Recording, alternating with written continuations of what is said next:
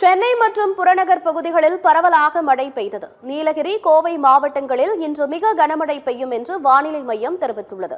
தெற்கு ஆந்திரா மற்றும் அதையொட்டியுள்ள பகுதிகளின் மேல் வளிமண்டல கீழடுக்கு சுழற்சியும், தென்னிந்திய பகுதிகளின் மேல் வளிமண்டல மேலடுக்கு சுழற்சியும் நிலவுவதாலும் தமிழகம் நோக்கி வீசும் மேற்கு திசை காற்றில் வேக மாறுபாடு நிலவுவதன் காரணமாகவும் தமிழகத்தில் சில இடங்களில் இடி மின்னலுடன் லேசானது முதல் மிதமான மழை பெய்யக்கூடும் என்று வானிலை ஆய்வு மையம் தெரிவித்துள்ளது.